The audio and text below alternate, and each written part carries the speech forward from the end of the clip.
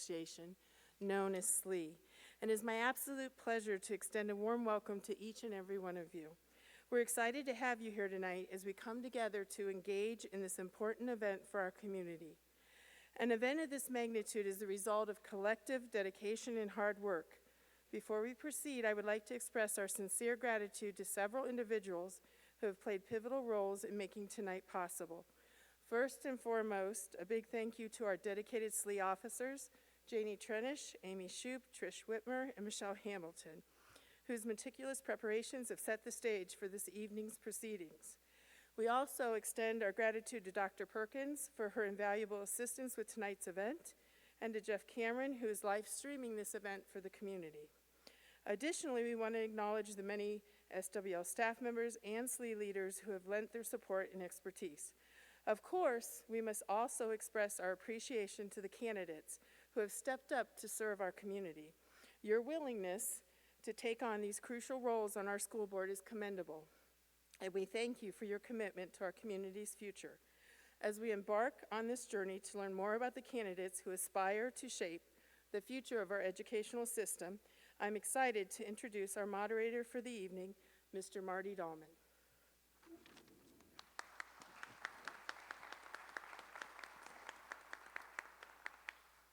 So just a little background before we begin. I've been a resident here in this school district since 1978, and I am a retired teacher. I taught social studies here, probably to several of you, and I was at the middle school and the high school for 28 years, and I finished my career here at the there at the high school as the high school dean of students. I was also the track and cross country coach, and I am a past president of the Southwest Lincoln Education Association. Now, to this. Tonight's event is not a debate. It's an opportunity to ask questions and hear the candidates' responses. Our goal is to let the candidates present themselves to the community to help the voters of Southwest Lincoln School District decide who should get their 2 votes in November. After all, we are teachers. This is about education. I will ask the questions of the candidates. These questions come from you, the audience, and from questions that have been asked online.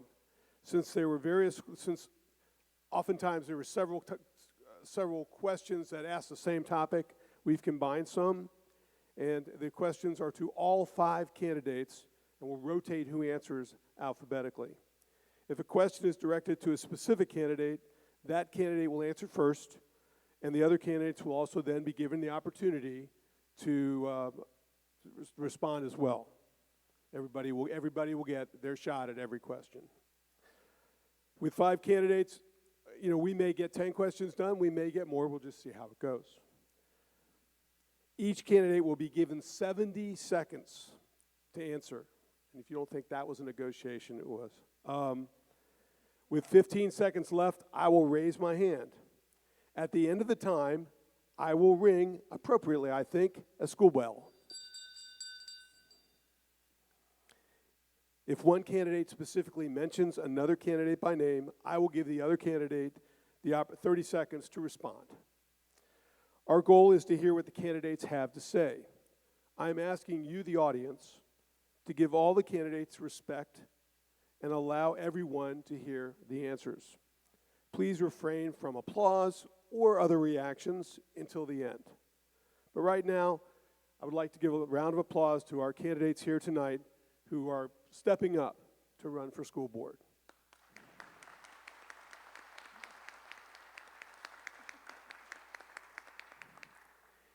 Each candidate will get a 2-minute opening statement. We chose that order by lot, so let's begin. Ms. Moore, you're first. Good evening. I'd like to start by thanking SWL, Coach Dahlman, my fellow candidates, and everybody here watching and everybody watching online for attending the candidates forum. The constituents of this district 12 years ago put their faith in me. 12 years when I got on the board, teachers were providing instruction in closets. They were providing instruction in basements. They were providing instruction on makeshift stages in gyms. The financial situation of the district was not good. We were doing layoffs. We were offering RIFs. We had negotiations that nearly almost always came to a strike. Fast forward to today. Teachers are now teaching in new and renovated classrooms. At the end of 2025-2026, all of those teachers will be teaching in new or renovated classrooms.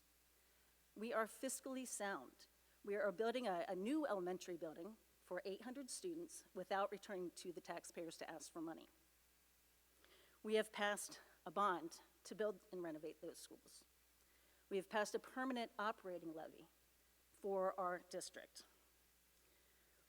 I ask for your vote to continue this success and to raise the bar even further for the employees and children of our district. Thank you.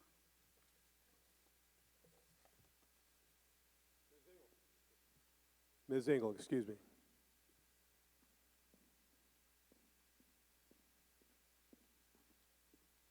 Good evening. My name is Candy Engel.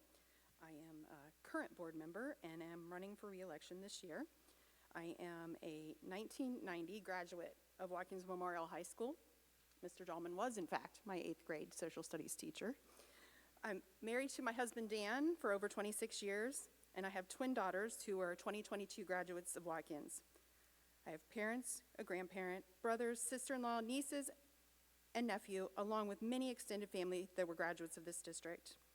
8 years ago, I was elected to the board after getting extremely fired up about grade banding. I was given the support of the community for a single topic.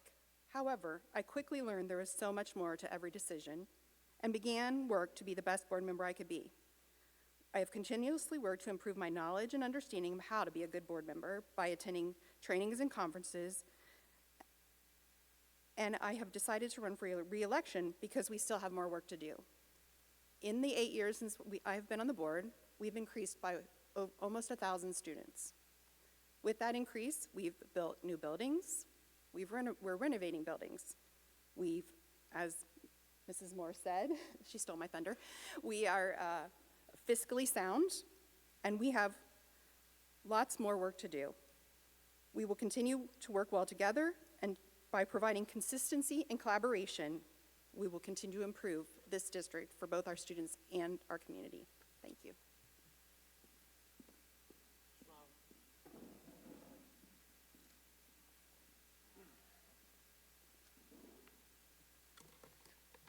As the other candidates said, thank you for coming tonight. Thank you for joining in the process of picking those leaders who will represent you in this district. Much of what I've heard in the time that I have been prepping for this and in the time that I had to go gather signatures was people oftentimes don't feel like they're being heard. And they feel like decisions are made oftentimes without their input. Now, I am not one to put blame anywhere at all, by any means, and I want you to hear this. I'm only here to say that I am, though a new member of this community, someone with fresh ideas, someone who believes that we can improve upon what has already been built, and who believes that he can bring something to the table. I believe that open and good communication amongst all parties is vital and important, and that we need to do our part as board members to make sure anyone and everyone whose voices need to be heard are heard. That doesn't mean that we'll always agree. Part of what that means is compromise.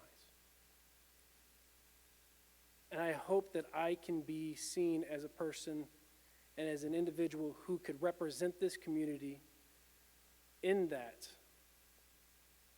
and bring the balance and community involvement that I believe this district desperately needs. Thank you.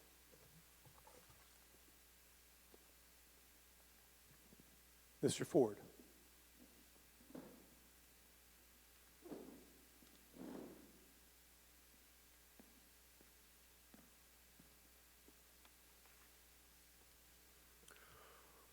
Good evening. I'd like to thank Mr. Dahlman and the Southwest Licking Education Association for putting this on. My name is Corey Ford. I'm a father of two. My son has graduated at the end of the 2022 school year. My daughter is enrolled in our high school. During their time in our district, I have jealously guarded my responsibility to my children to ensure they grow up healthy and safe. I couldn't have done it without their mother, Amy Ford, the greatest blessing I've ever received from God. The reason I'm running for this school board is because I have been interacting with the board and our district administration for several years, and over the course of those years, I, like so many other parents and community members, have seen a shift away from the focus on academic achievement and some elements of it that are required, like family involvement, objectivity, and like he just said, communication. I have experience teaching about the importance of resiliency for mental health as a master trainer of operational stress control and readiness in the Marine Corps, as a preliminary measure to combat against PTSD and other stress-related illnesses. I have college coursework in education and children with exceptionalities, as well as public policy. Together with my nearly decade of service in the military and voluntary education, I have 180 college credits recognized at Capital University, which compares to a master's degree worth of learning, but in a broader range. In answering this evening's questions, I am left with little doubt that the challenges the district face will arise, and I hope you are able to receive answers. I'm asking for you to vote for me, and I'm also asking you to vote for another candidate up here that you think can help me achieve those changes. Will you please vote for us? Thank you. Mr. Miller.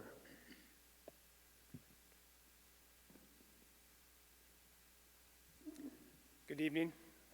I'd like to thank SWL, candidates, and participants that are here tonight and watching us online. My name is Michael Miller, and I'm going to be running for Southwest Licking School Board in November. My family moved to the district in 2014, and we've planted our roots in this community. I'm a proud father of two boys, Graham and Landon, who are current students in the Southwest Licking School District, and a wonderful and supporting wife, Erin. I grew up in Gahanna, Ohio. I graduated from Gahanna-Lincoln High School. I attended Capital University, where I received a Bachelor of Arts and Science in Psychology and Criminology. After graduation, I started working for Franklin County, and I'm currently employed with the state of Ohio as a policy developer for the Office of Job and Family Services. I have over 15 years of public service for the state of Ohio, and I will continue to provide that public service as a Southwest Licking School Board member. When I'm not working, you can find me in the community as a watchdog, a volunteer coach and a referee coordinator for the Pataskla Parks and Rec soccer program, a member of the West Licking Family YMCA Advisory Board, and a member of Tri-Valence Christian Church. As a Southwest Licking School Board member, I want to bring effective communication, accountability, integrity, compassion, teamwork, and transparency to the board for the community. Thank you.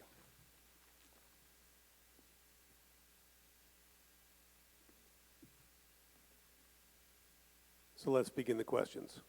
Our first order is alphabetical order. Mr. Ford, you're going to be going first, and then we're going to rotate it. Now, I saw that. I'm going to rotate it from there on, so you'll be the last one on the second question, and it'll just rotate through, just so everybody's aware.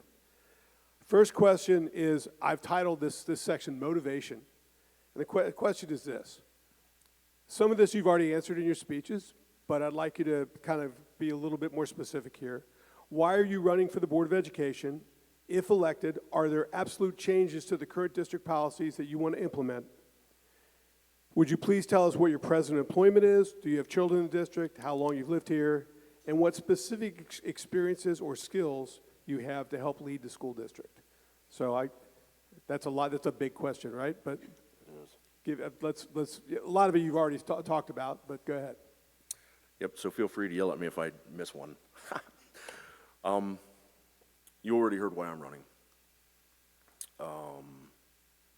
Regarding present employment, I am a school bus mechanic in a school district, so I do work for a school district, and that is all I'm going to answer on that. I'll be blunt, frank with you about the reality of the situation. Currently, our school board spends $20,000 a year in trade fees to the Ohio School Board Association. That $20,000 buys you policies that the board implements with some review. Those policies have regularly prevented the district from effectively engaging with the community and the community effectively with the district through the board. A lot of those policies handicap the board. One board policy that I can mention that was adopted is, wow, that went quick.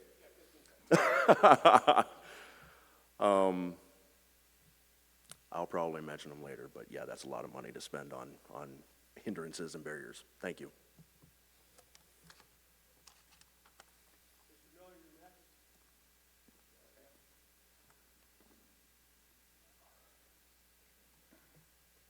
Thank you.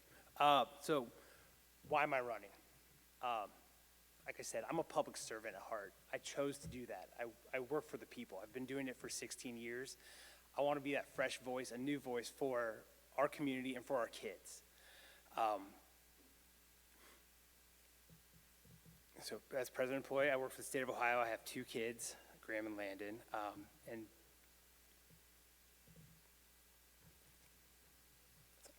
yeah.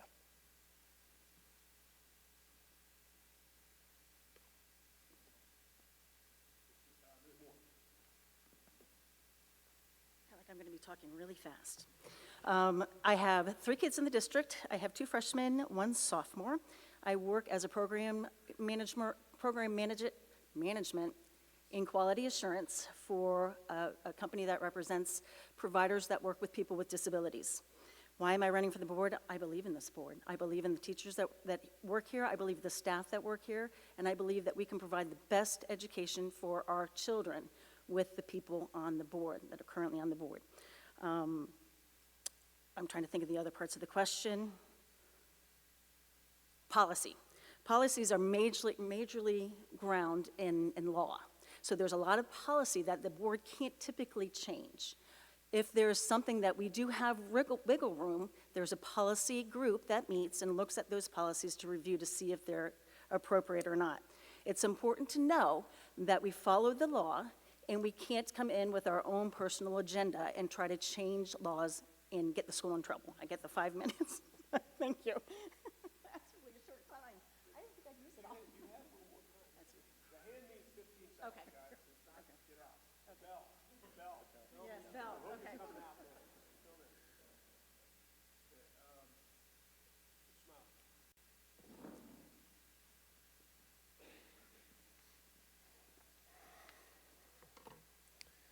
I currently work for Chase Bank doing data analytics. I have a child on the way, my first. So we are a few years out from being in school, but very, very, very soon. As far as why I'm running, I've been around education my entire life. My mother was an educator for 30 years in special education back in my hometown. My current wife, who is sitting here in the room with us, she is an educator here at Southwest Licking School District herself. And I believe that there are opportunities for growth and change that we can really work with and push forward, like I said in my previous statement. As far as policies go, there are plenty of policies that probably need to be reviewed, and though they may be accepted by the broader group and organization of school districts, as long as they follow the law, there are wiggle room. There are ways you can alter those and change those and make those better and be on the forefront of that. So oftentimes we try to create cookie cutter models because that's what works elsewhere. But we really need to look at this from what is best for our students in our district and our community.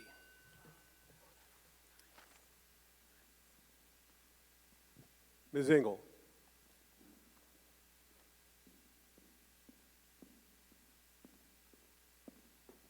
This is probably the first time I was appreciated using Snyder Engel, so I could go last. As previously indicated, I have my husband Dan, my 2 daughters. One of my daughters is Xavier University as a sophomore, and my other daughter is on the autism spectrum and is living her best life now that she no longer has to attend school. So, why am I on the board? got on this board because I love this district and I love this community. The job of a board member is to hire the superintendent and treasurer, and in my opinion, this existing board has done a tremendous job with those two decisions. Our current superintendent is extraordinary, and our treasurer continues our fiscal success beyond measure. We have created tools for measuring their performance and evaluate them yearly. In regards to policy, we also continually work with OSBA's policy service to proactively review and implement policies based on Ohio Revised Code. It's imperative that we not make our own legal judgments and cost this district money. That's not fiscally sound, and that's not something we should be doing.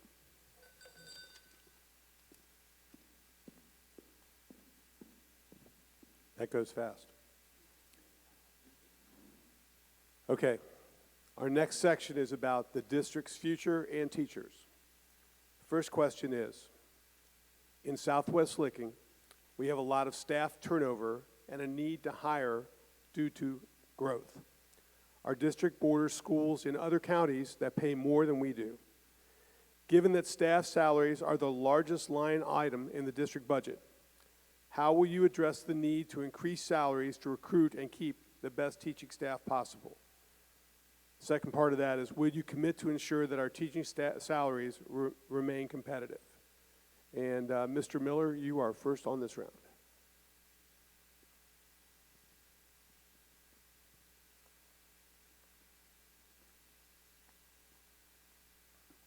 Well, thank you. Turnover and growth. No one would expect 5 years ago that Intel, Microsoft would be coming here. So we are going to be growing. And for that, we're going to have to make sure that we are reaching out to get the best teachers and maintain and keeping those teachers that are here.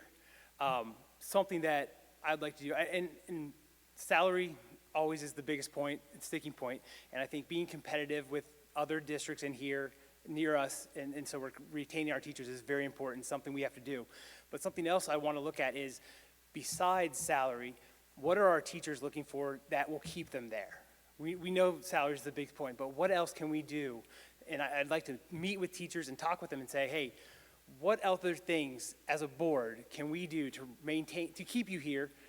And also talk with our other districts to find out what are they doing to keep their teachers there? What are they doing to attract our teachers away from us? What can we do to keep our teachers here and have the best and brightest teachers for our students to making sure they can be successful in the future?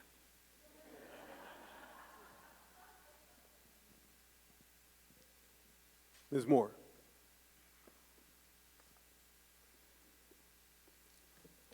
Just a couple of numbers. We have 98 staff members who are Watkins grads that are currently at the district. We just hired 36 new teachers, 12 of that because of growth. I think it's important when we're looking at turnover that we do have good relationships. We need to start building relationships, continue the relationships we already have. We need to have good communication, and we need to address the teachers and ask what is needed. How can we help? What can we do? I think a second part is we also need to tap into that teacher's passion. What do they want to be doing? If it's something different, let's work on that. If it's additional education, let's get that additional education. I believe it definitely starts with relationship. The other part of that is teaching is hard. Right now, it is difficult. Don't be part of the attack. We need to not be part of attack. We need to respect a teacher's commitment and have faith that they are in this position for the right reason. They want to change lives, change the children's lives. I'm not even going to ring the bell. Thank you.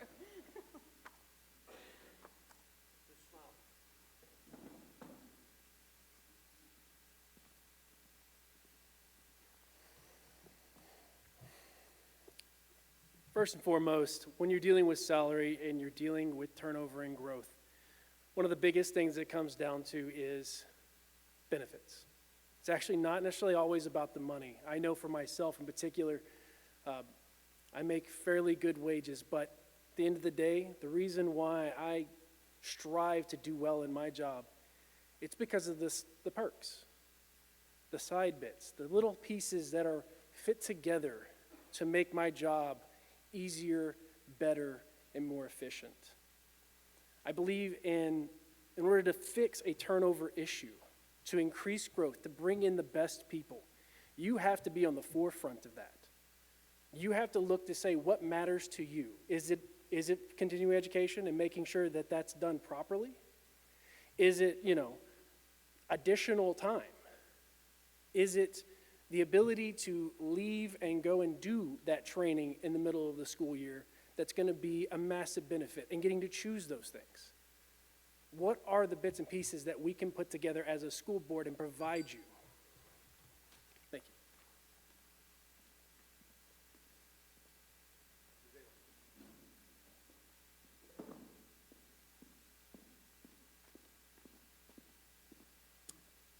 I'm actually going to disagree on the use of the word high rate of turnover. I don't think we have a high rate of turnover here at this district. I think that at the beginning of the year at convocation, we had numerous individuals with 5 years of service, 10 years of service, 15 years of service, 20 years of service, et cetera. And I think that this is, for the most part, a good place to work, and we can continue to do better to make it a better place. I think we've been innovative in our approach for hiring new teachers by hosting a multi-district job fair for new graduates. I think we have done a good job of hiring teachers who have strong ties to the community, and they're invested in making the district better. Watkins grads, as well as new hires that move to the district with their own families. I think it's imperative that we are listening to and supporting our entire existing staff. I know the admin team has a monthly meeting with the union to make sure concerns are being addressed in a timely fashion, and if needed, those concerns also come to the board. With our 36 new hires this year, 12 were for growth, and we need to continue to give all of our teachers the support they need to do their job to the fullest.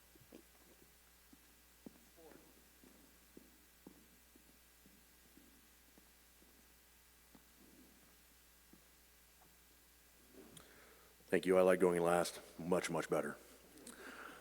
It's difficult for any board member to promise a teacher that they would have a raise or increase in pay. And that's because for the last 20 years, our school district has been audited by the state, and there has been one finding year after year after year for the last 20 years. It's the fact that we use a modified cash basis system. That we only get that one finding because the state of Ohio auditor's office can't find anything else because there's no oversight provided.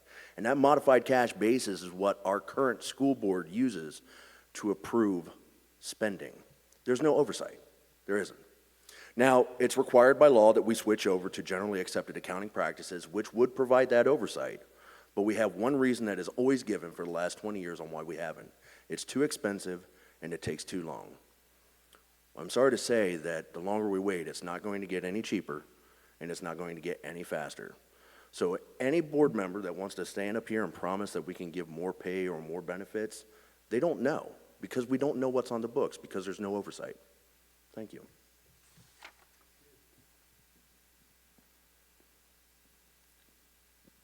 The next question deals with our growth. Neighborhood schools in the Southwest Licking used to mean Edna, Pataskala, and Kirkersville. But Pataskala will be closed in a couple of years, and all of our current or soon-to-be finished schools are within a half mile of State Route 40 on the southern part of the district. We have large developments being planned or already built in the north and east parts of the district with more scheduled in the future. What should our future expansion plans be, and should neighborhood schools be a goal of those plans? Ms. Moore, you have the first answer.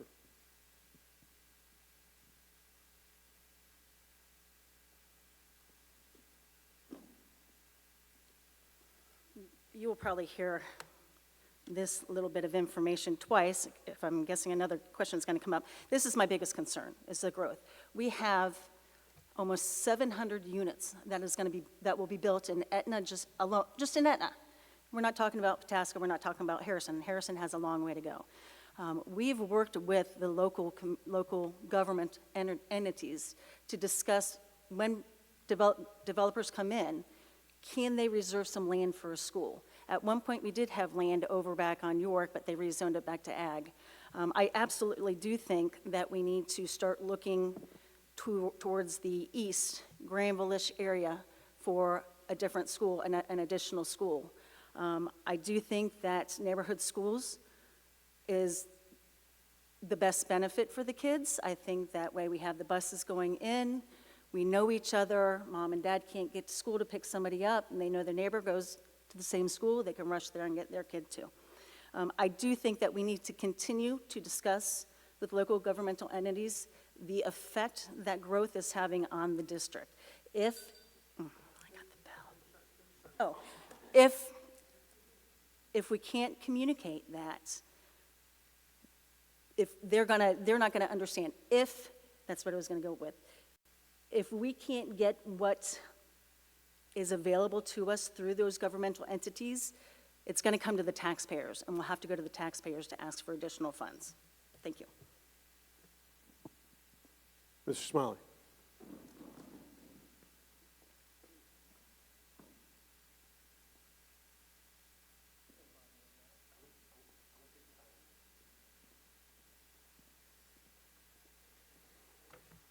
I'll actually be relatively short and sweet on this one. So I don't technically have an opinion about this very particular topic. I would be interested in seeing what information exists on the benefits as well as the negative side effects of neighborhood schools. I'm sure there are positives and negatives to both sides. And once I have that information, I would be glad to discuss and bring that forward to the community and really look at how we can go with whatever the best option would be. Thank you. Ms. Engel.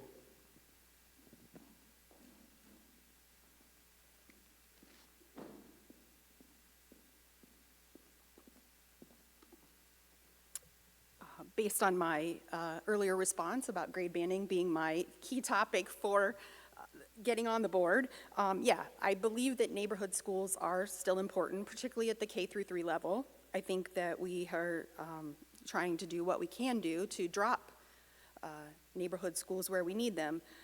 Unfortunately, our 65 square mile district allows for growth in multiple areas, and it's going to take we're going to eventually, and probably not in the not too distant future, we're going to need something on the eastern part and probably on the western part as well. So we have to continually look at where the growth is, where it's coming from, how long our buses are taking to drive from place to place.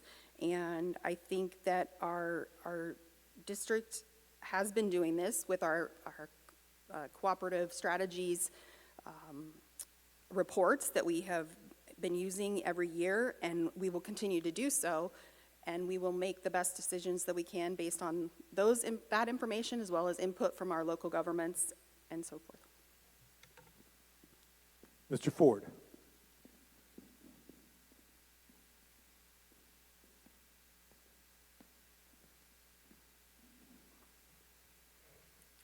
So the question's about growth. And just like she mentioned, we use year after year cooperative strategies. I've been to several board meetings and I've not seen a board member once ask what are the assumptions of that growth survey.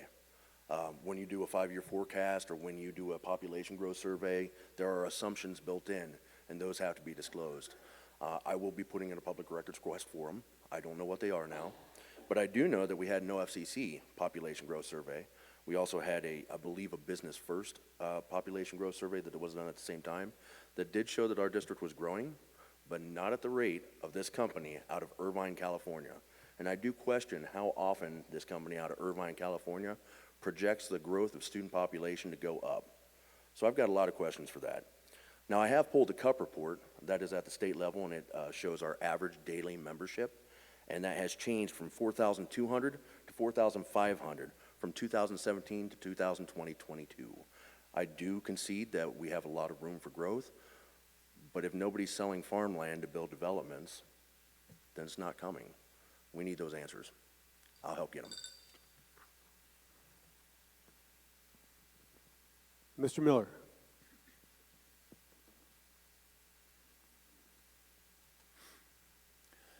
As I've mentioned before, growth is coming. We have to be smart about it, about where it's going. And so those partnerships are crucial to how we grow and where we go. What type of school? I agree. I can't give you an answer on what type of school I think is going to be best. I think research is going to have to be done. We're going to have to get with the community and have their input on it. Talk, take our time, but get in front of it. Start those discussions now so we can plan for 5, 10 years down the road when we're at that growth and we're not chasing our tail, trying to figure out, well, what do we do now? We have 400 new students, where are we going to put them? You know, what is that going to do? So partnership and communication, I think, are key for us to understand what we need to do about the growth that's going to happen here in our district.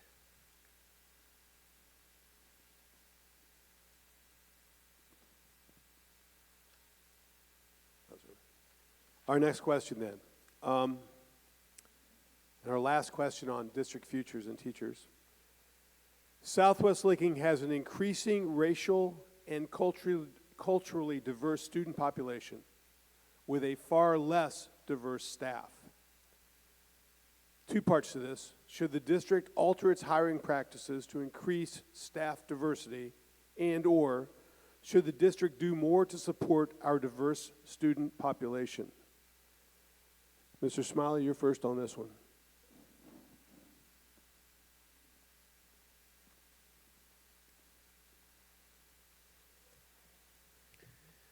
I'm a firm believer in hiring the best candidate based upon the qualifications of that candidate. That's first and foremost, I want to state that. But that doesn't mean that every single person is coming from the same background. And that doesn't mean that you should not be aware of those backgrounds and be educated on those backgrounds and be accepting of those entities and individuals from those different backgrounds. But that means that it puts it back on the school district and the teachers to take the time to understand those communities, to understand where they're coming from, to understand where they're going. And I think that's probably the best way to manage these different types of diverse populations. It's not to say that we have to hire a certain number of people from those communities, only to say that we need to take the time and effort to educate ourselves on who they are and where they're coming from. Thank you. Ms. Engel.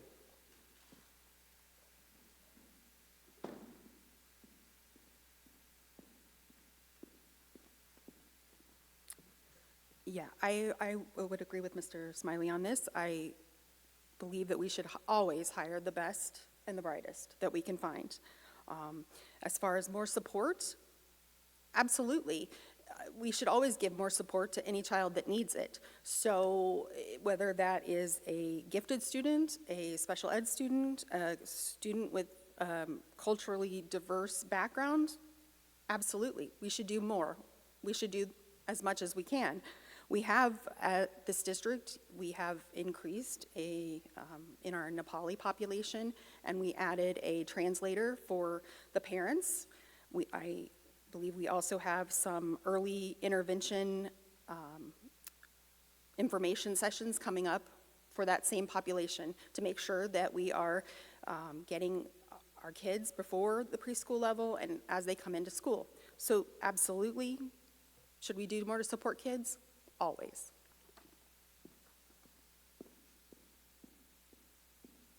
Mr. Ford.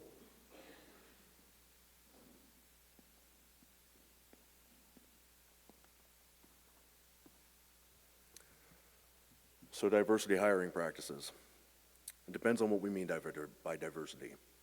If we mean, when we say diversity, diversity of thought, diversity of experience, diversity of input, fine, great, I support it.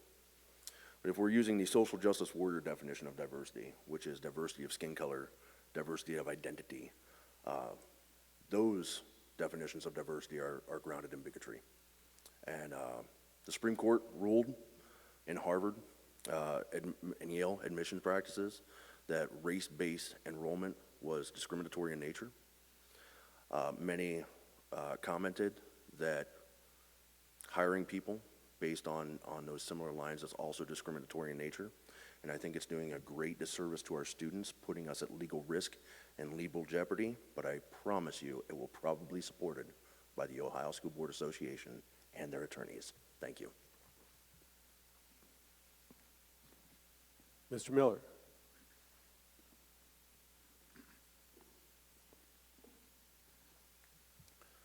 So I agree. We want to hire the best, and we want to attract the best for our students based on their qualifications. We want to provide support to those staff, the ones who are here and the ones that we bring in, and those students.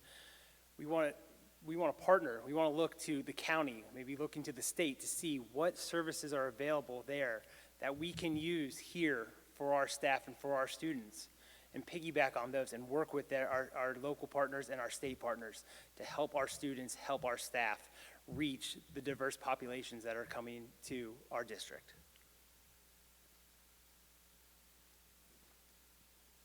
Ms. Moore. I agree with much of what was said up here, some not so much. I 100% agree that we should hire the best and the brightest. If, in order for us to be more diverse, it means that we create supports for people that are already in our district that have diverse backgrounds, then we need to do that. If getting that word out, that this is a safe and secure place for people to work, that would increase diversity, then we should do that. And by all means, we should always make sure that children know that they are safe and secure in whatever background they have in this district. They have a safe seat to sit and be secure. Thank you.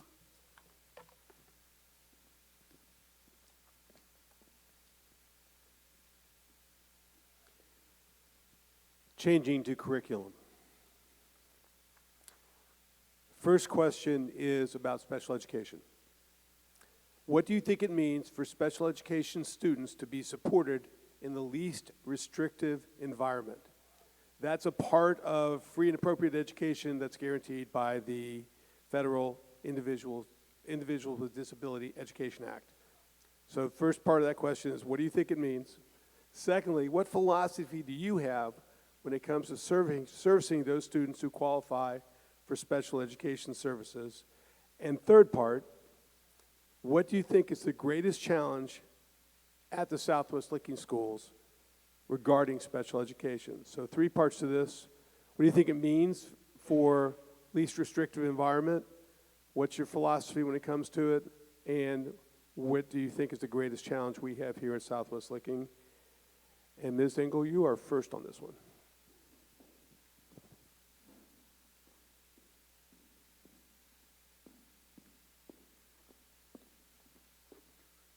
And I'm okay being first because this is my passion. Least restrictive environment. It's not my opinion. This is a legal term we have to abide by, and we have to work with each individual student's team to make that happen. I believe in educating students together in settings that are beneficial to all students. I believe in including parents as the leader of their children's teams. I believe in starting early intervention with a quality preschool with research-based practices and programs. And as a child's public school home district, I believe if the team decides that placement somewhere else other than their home school is appropriate with the entire team, then it is our job to work on this placement as well. I think our challenges continue to be that we support our students and staff as much as possible as the needs of our students are ever changing. I also believe that we need to work on our transition area for our special education students. As the programs and jobs that will help them have lifelong success, we need to be able to work on those skills. Mr. Ford.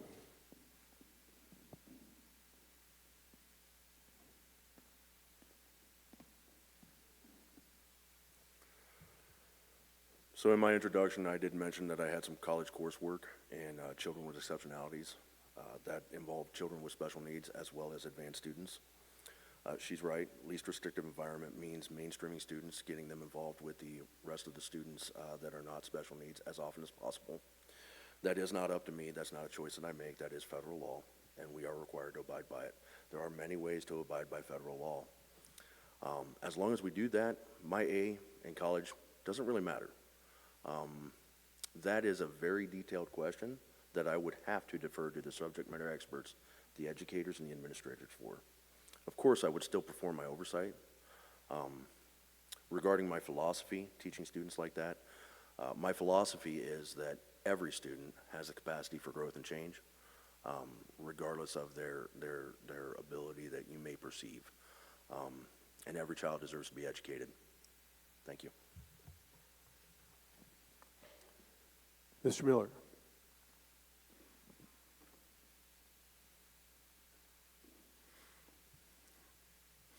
I have to agree. We have to make sure it's a less restrictive environment.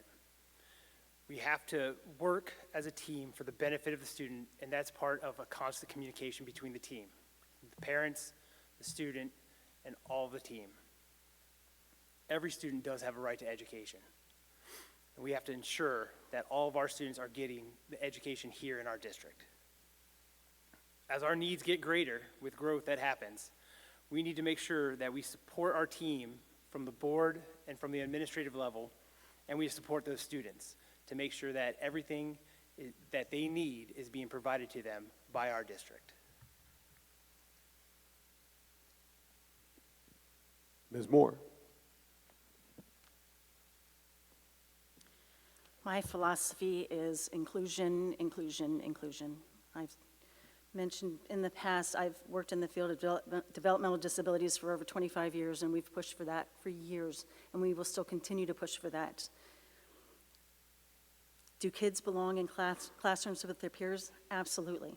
Do kids need to take a break? Should we give them that break and get them out and get them readjusted? Yes, absolutely. Give them that opportunity. But when it's time, they go back and they sit with their peers.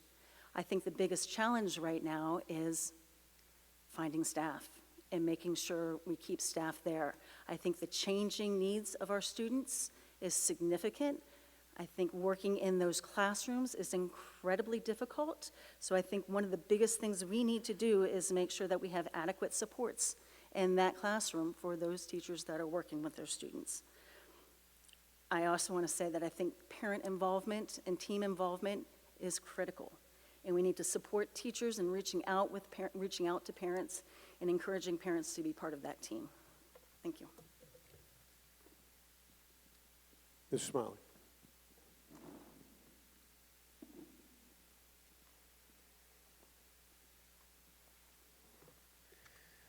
I'd like to start out and say that this is something that I grew up with, as my mother is a special education teacher in my school that I graduated from.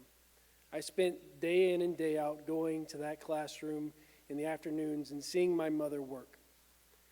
Much of that and much of this, as I'm aware in this district, is oftentimes they don't have enough supplies, they aren't provided enough support, and there's not enough people to help those students who desperately need it. This goes back to the conversation around salaries and benefits and different things like that. If you are paying the bare minimum, you're not going to get people to come in and work. It's important that we, as a district and as a community, recognize that these students deserve this education. They deserve to be in the classroom with their peers. But a lot of times, the only way we can do that is by providing them one-to-one. And that means they need somebody in that room with them. And if you don't have enough people to provide that, then their education is going to suffer. And I believe everybody up here would agree that that is not good for anybody.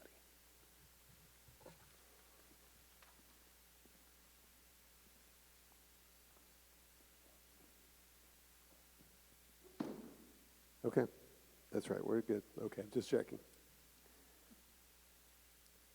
This next question is also about curriculum.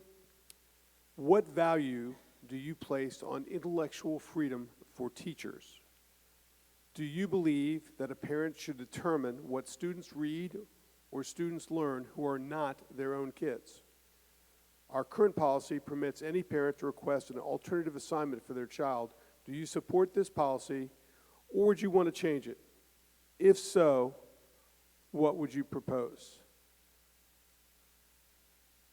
Mr. Ford, go ahead.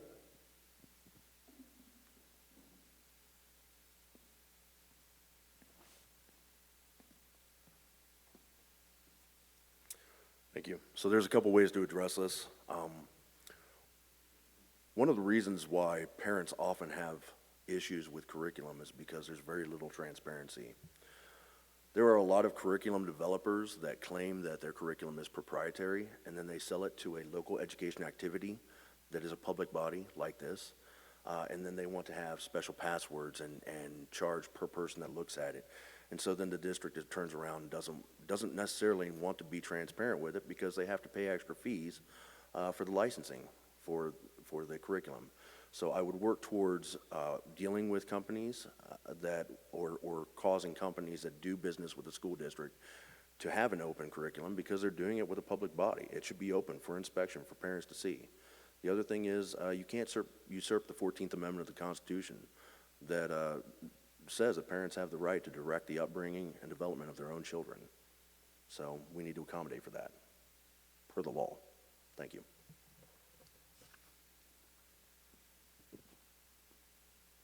Mr. Miller.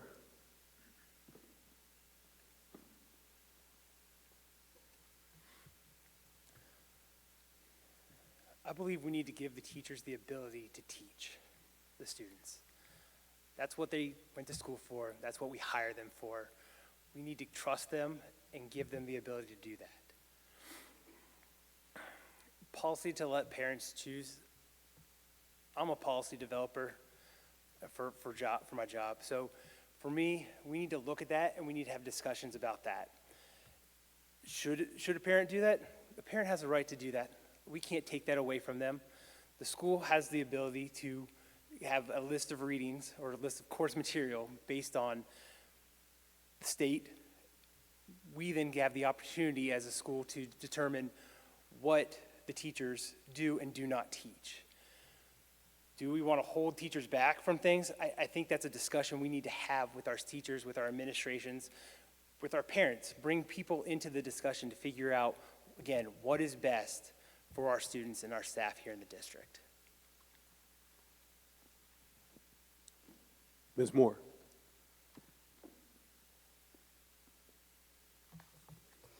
Yes, I believe in intellectual freedom of teaching. I think that we have so many layers in this district. We have a curriculum advisory group with board members and administration. We have teachers that review curriculum. We have teachers that study and decide what they want to teach in their class. We have to trust that teachers are doing this because they want to change the life of a child. They're not trying to do harm to a child. They want to change the lives of a child. Just in as far as a parent that may not want a child to read something, that's that parent's right. They have their own rights. They can go ahead and decide what they want for their child. I don't think we penalize the teacher. Just as I, as a board member, can't come in with my own agenda and my own ideas and try to change everybody to think my way, we have to allow that parent to have their own ideas, to have their own values, and speak up for their children. Thank you. Ms. Engel.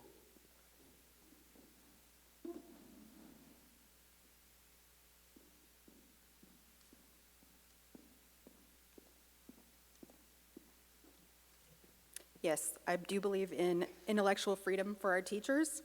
I also believe in a parent's right to make a decision to not choose a certain lesson.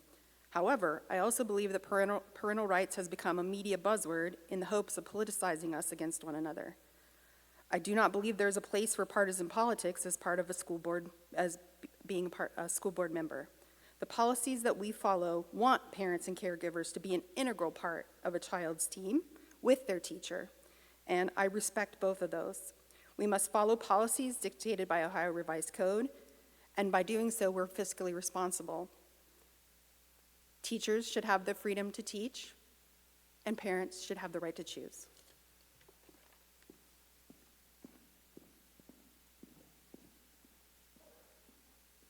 We had one question. Oh, I'm sorry. Well, you should definitely answer that question. My fault. I'm so sorry.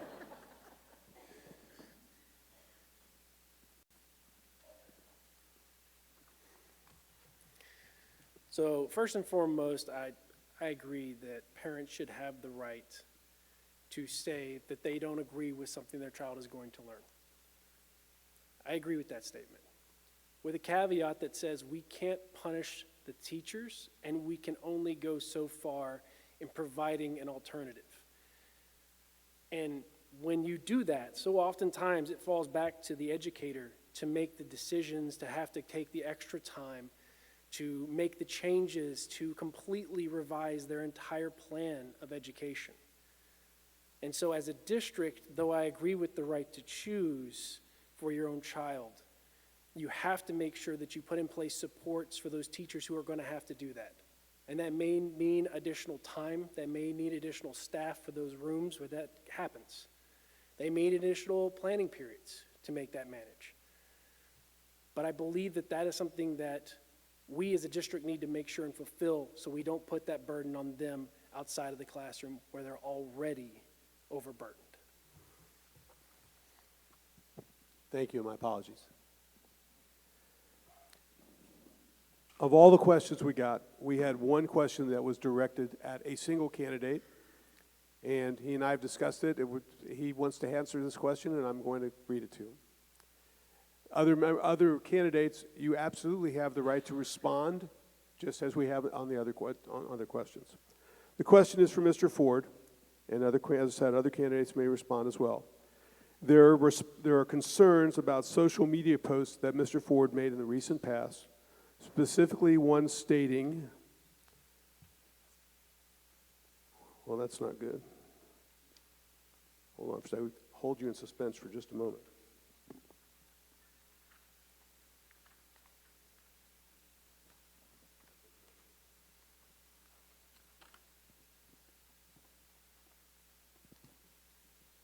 Sorry about that.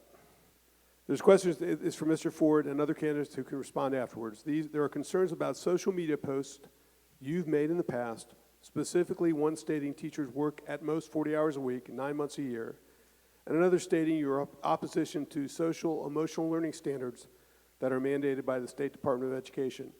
Could you clarify your position on these issues for us? Yes, and I will try and be brief.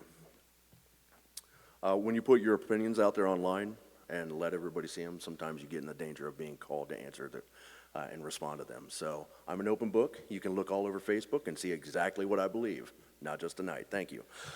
Social emotional learning. Everybody, psychologists would agree that children with social emotional skills are more successful in school.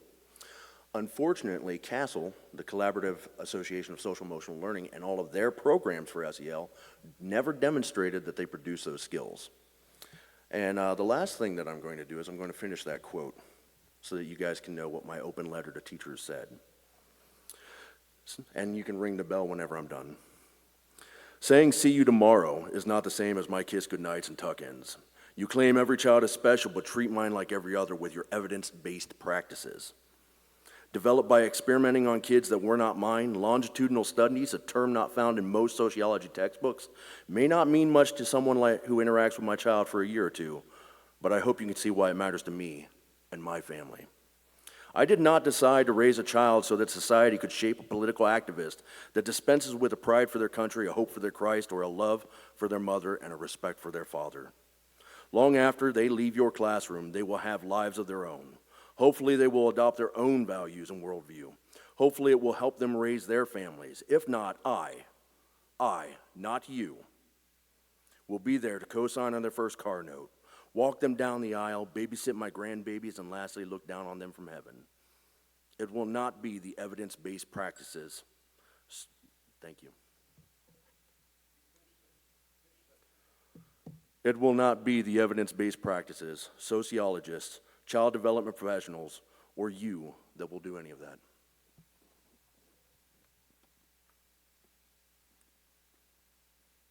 Mr. Miller, would you like to comment on that? Okay. Ms. Moore? I just want to be very clear that as I stand before you asking you for your vote, that I do not believe that teachers only work 40 hours a week. I've seen it with my own eyes in the summer as I see teachers moving classrooms, organizing, taking classes, getting more education, running camps, so that to even suggest that they only work 40 hours a week is questionable. Thank you.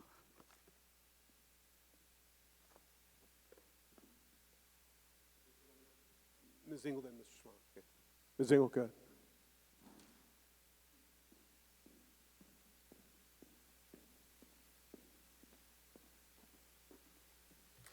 I will start by reiterating what Mrs. Moore said.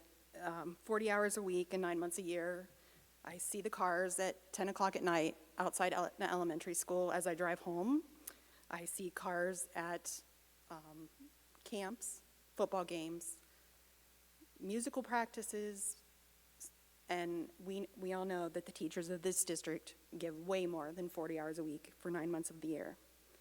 In regards to social emotional learning, maybe it's a buzzword, but we've done a huge disservice to our kids with COVID. They don't know how to sit in classrooms. They don't know how to talk face-to-face with each other. And if that's called social emotional learning, then I'm all for it. Our kids need to know how to be kids and then learn how to be adults in a functioning society.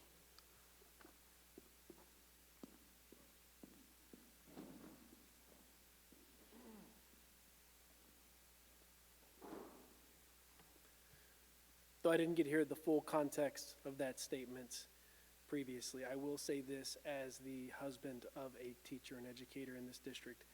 I can 100% guarantee there have been nights where I tell my wife, why are you still at school? Why are you not home? What are you doing? Calling her and saying, hey, are you going to be home anytime soon? The teachers and educators in the district give much more than they are legally required to. And that is in all honesty, that's a bad thing a lot of the times. Because that actually pulls away from their daily life, their activities, their families. It actually decreases the overall happiness oftentimes, and I guess you'd say the emotional capacity of the teacher with their students. As far as the other aspects of this, there are lots of studies and research, and I can definitely attest to the younger generation oftentimes lacking many of the social skills for whatever reason we might speak on. And I believe that that is something that we do need to work on and provide support for.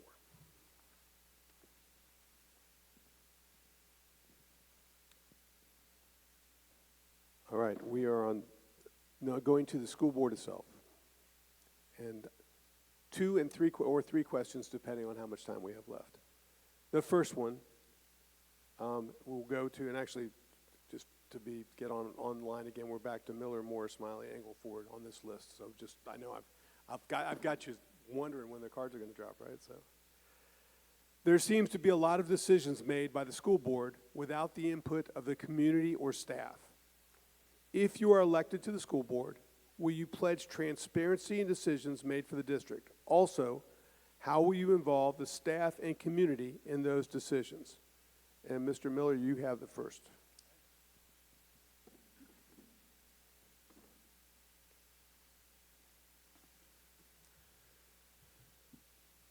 Having input is critical. It's what I do for a job as a policy developer, is getting out to the community to get the input, and I think that's what we have to do. There are a few things that I've thought of and talked about that I'd like to see is potentially having each school board member be a representative at each school. So each school has a direct contact to talk to them, to have a direct line to the school board. Not just the admins, but the school staff, not just the union, but the school staff. Transparency is key with what I do working for the state. Being up and open and front.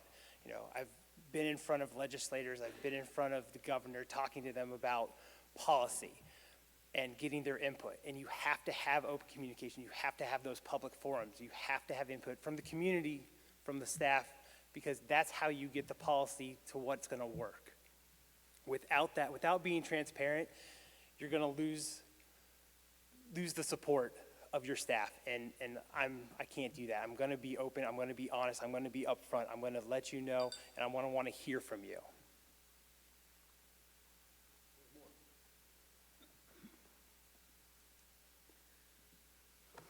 As I said earlier in another answer, I believe in building a relationship. I believe in communication, and I think we need to further that communication, further those relationships, and build that trust. I try to make all of my decisions as transparent as possible. As far as communication, I've had numerous conversations on a regular basis, either standing on the football field, on the track, on the basketball courts. I've had plenty of discussions of why the decisions were made, what is going on, what was my thought. So I feel like I'm approachable. Anybody can come up and ask me questions, and I'm more than willing to answer it. As I say that, I think it's important that we realize that you don't become a board member just as one person. One person is not a board member. You're an elected official.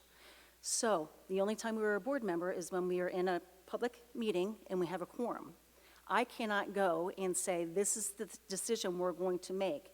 Independent Deb Moore can't do that. I have to have the quorum of my board that supports whatever decision is being made. I also want to say we also have to be careful about unfair labor practice. And we want to respect the boundaries of the union with that. Thank you. Mr. Smiley.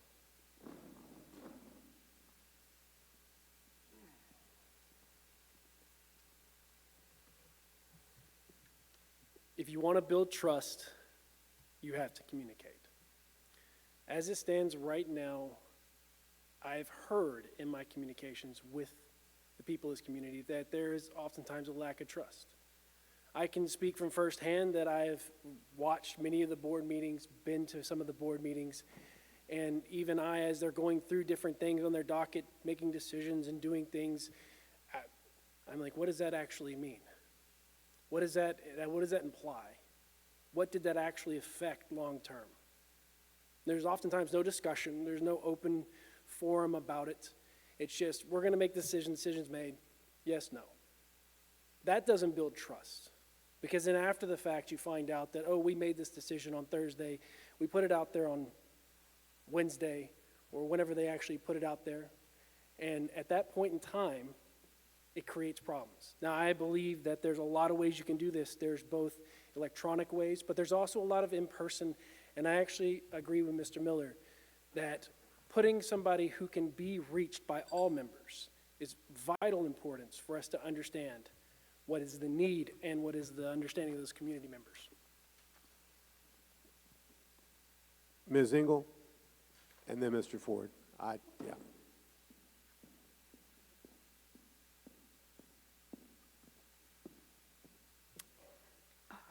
Communication is always a key word. In the 8 years that I've been on the board, we've updated the website, we've increased our social media presence, we've added newsletters for the community, we have a coffee talk during the morning at a coffee house, we have evening office hours. We make board decisions after discussions, and I even sometimes go so far as to ask a question that I'm already in my head know the answer to, so that people can hear it in the board meeting. I think we have to be extremely careful about, as Mrs. Moore indicated, unfair labor practices and usurping our roles as individuals instead of being the board. And I think we need to make sure that we are communicating, but we're communicating through the chain of command. Mr. Ford.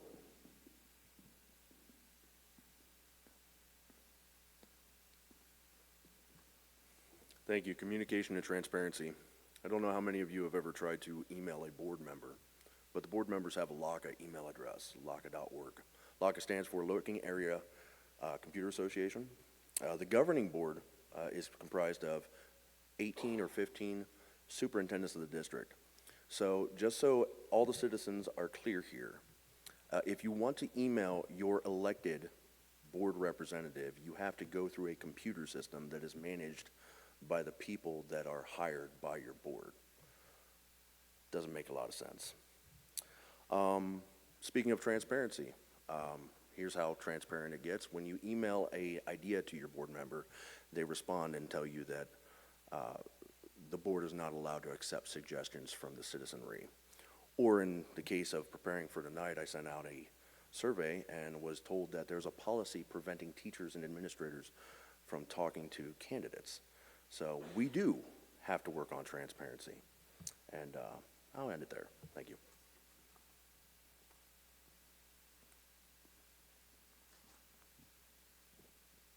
Our next question. We all live in Licking County. Property revaluations are high. And while the school district will receive some increase in revenue, it won't be nearly as much as many in the community think it'll be. In the near future, the district will have to look at both operating and building issues to keep up with growth. If elected to the board, will you support putting those issues on the ballot? And how will you get a consensus of voters to agree with it? And we're going to start with Ms. Moore.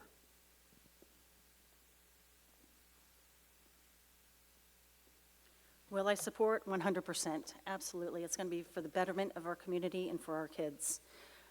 We are going to have to do what we've done in the past. We've done door knocks. We've done all kinds of different things to involve the public. Let's be honest, our voting record in Southwest Licking is 30% of the time. So a lot of times when we're talking about with local governmental entities who have these big people coming into big building complexes, they reference Hilliard or they reference Lewis Center. Lewis Center has a 100% passing rate. Of course they're going to be able to build there. Of course they're going to be able to pass their levy. So we are going to have to do a lot of groundwork. We're going to have to support each other. We're going to have to make sure that the community knows what the benefits of a bond and an operating levy will provide. We're going to have to make sure everybody understands the growth of this district and the reality that we are going to need it. It's coming. Like I said, 700 homes just in Etna Township are going in. That's not talking about the other surrounding areas. It's going to happen, and I will support it 100%. Mr. Smiley.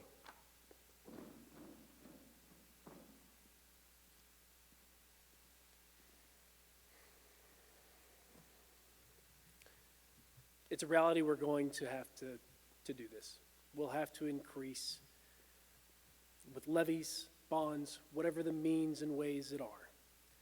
Now, what I will say is this, that it's not a pleasant conversation to ever be had, and nobody wants to be taxed more, if you will.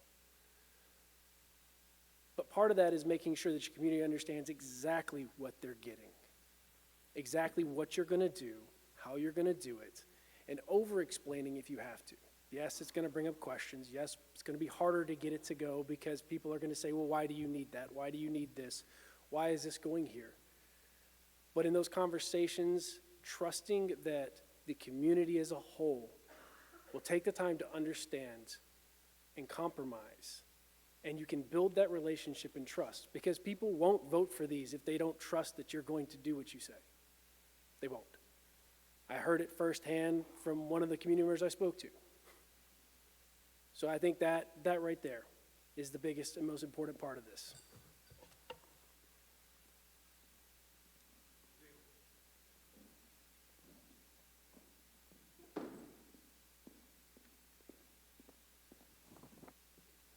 I think I'm like most of the community, and I'd like to say no. No more bonds, no more levies. But that's not the reality. The state of Ohio says this is how we fund schools. And so that's how we're going to have to continue to fund schools. We have extreme growth coming. We have buildings that have been built that will need additions, and it's just the reality of the situation. We previously, with our last bond, we were able to detail exactly what we were going to do, and it finally passed. With our operating levy, we were able to detail what the plan was, and it passed. It's hard work to get those things on the ballot and to pass, but we will have to continue to do that to be better for this district. Mr. Ford?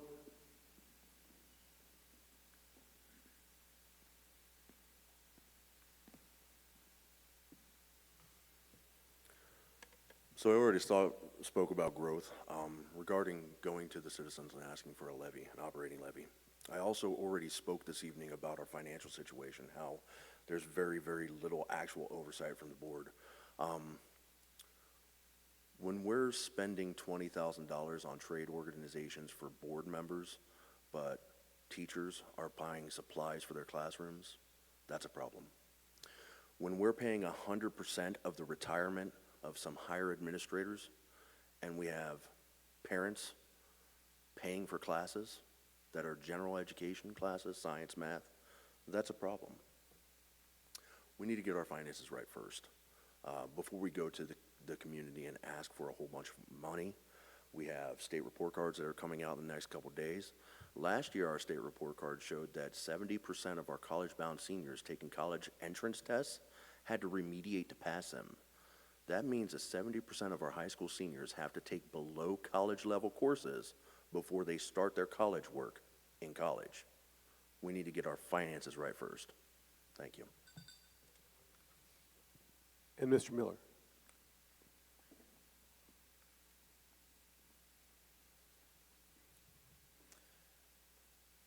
I will support an operating levy, a building levy. We built these beautiful buildings. It costs money to keep them up. We're growing. We're going to have to expand. We know that. You know, a lot of people think, well, why didn't we build bigger? Well, the state has a formula that we have to follow, that the counties or schools have to follow when building a building. You're only allowed to look out so far. Nobody projected what Licking County was going to see. If we had that crystal ball, we maybe build a bigger building.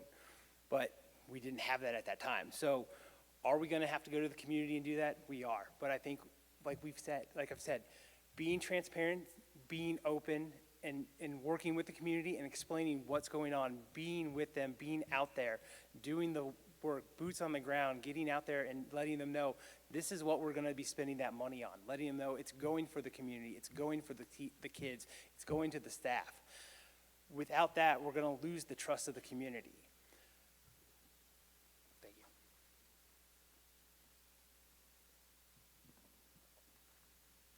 Time flies when you're having fun, right? We are to our closing statements. I was going to try to squeeze in another question, but I think we're done with that. So, as by the order, Ms. Moore, you are first. You have 2 minutes this time. Again, I want to thank SWL, Coach Dahlman, everybody watching, everybody here, everybody online for attending. Picking a board member is important. I believe that if voting for me, you've seen my track record. I believe in this district. I have never and will never take a penny from a constituent to run a campaign. You guys pay enough. You don't need to pay me to do that. I believe in this district. I believe that we can make it better. I believe we are on the right track. We are on an upward trajectory right now. The next 4 years with my 3 children will take them out of the school system. So they will have successfully gone through the school system without getting killed because their mother was on the board. And I would love to have that opportunity to see them through their final year within this district. I believe in the staff of this district. I believe in the kids of this district. And I want to continue the successful negotiations like we had last time. I want to work with you on the future growth that's coming to this area to make it beneficial for staff and kids. I want to work with you again on those bonds and levies to get them passed. We all know how hard of work it is. I want the best educational experience for the children and families of this district and the staff and teachers of this district. Thank you. Ms. Engel.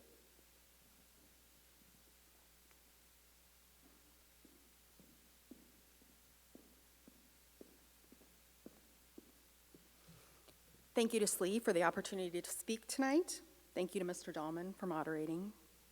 Thank you to all the community members, both here and in attendance at home.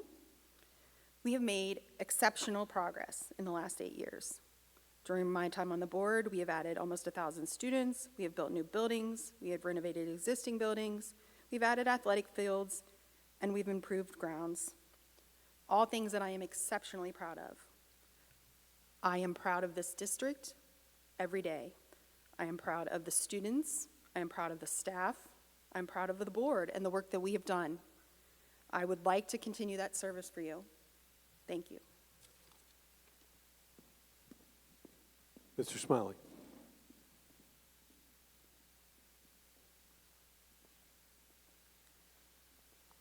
Thank you again, everybody, for coming tonight.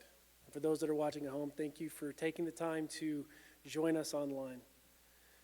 Thank you for the opportunity to speak to you tonight, to be here, to try and represent this community as best as I can.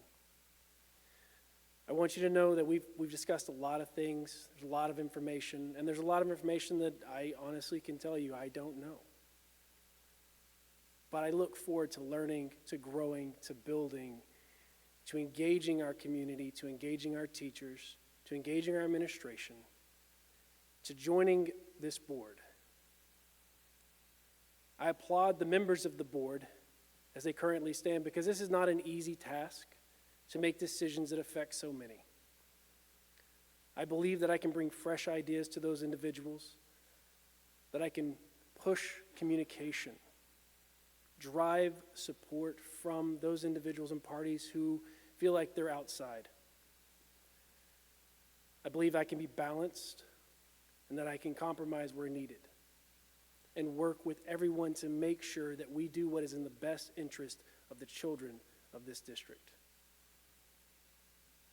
That is really why we're all here, is trying to make sure that the children of this community receive the very best education we possibly can. We all have the same goal. We might be standing here in opposition of each other, and we may not agree on how we get there. But I'd ask that you give me the opportunity to try and provide that wonderful education that these students will need for the rest of their lives. Thank you. Mr. Ford.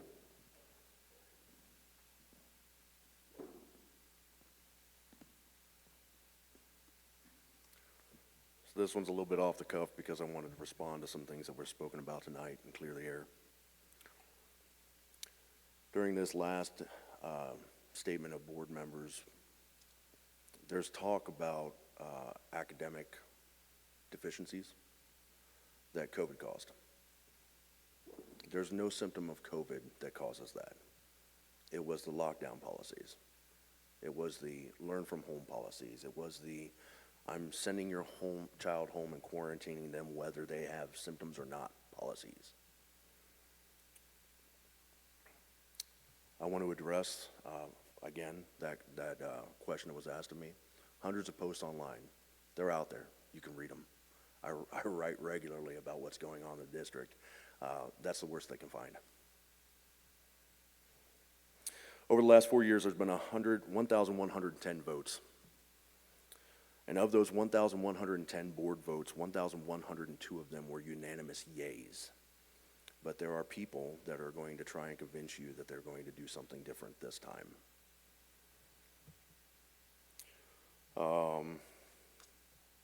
Change is hard. It's scary. I won't be able to do it by myself. There are a lot of people that look at me as an adversary, a check on authority, and free reign. And I am. I'll be honest.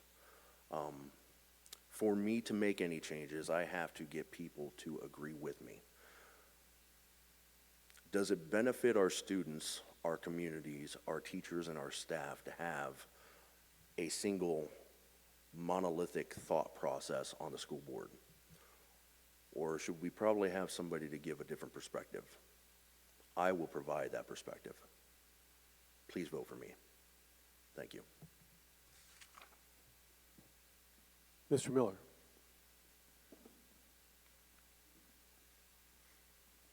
Thank you. Again, I want to thank SWL for putting this on, the candidates for participating tonight, participants here, and those that are watching online. When you guys go to the ballots in November, I want one of those votes to be for me. I want to be a new, fresh voice here in the community. I want to ensure that the Southwest Licking School District residents are being heard and they have a voice. I want to make sure that we work as a team for the students, that we effectively communicate coming from the school building level, from the board level, to all residents of the Southwest Licking District, not just the ones that have students in our buildings. I want to make sure the school district is following the guidance from the federal and state offices when it comes to our schools and children.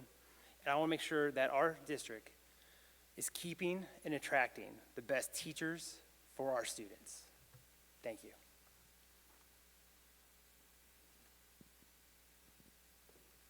Ladies and gentlemen, you have been an exceptional audience. Could you give our board candidates a round of applause, please?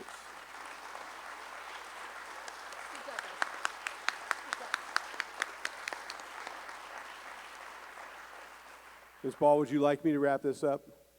Ladies and gentlemen, thank you. Remember that early voting starts, I believe it's October 11th.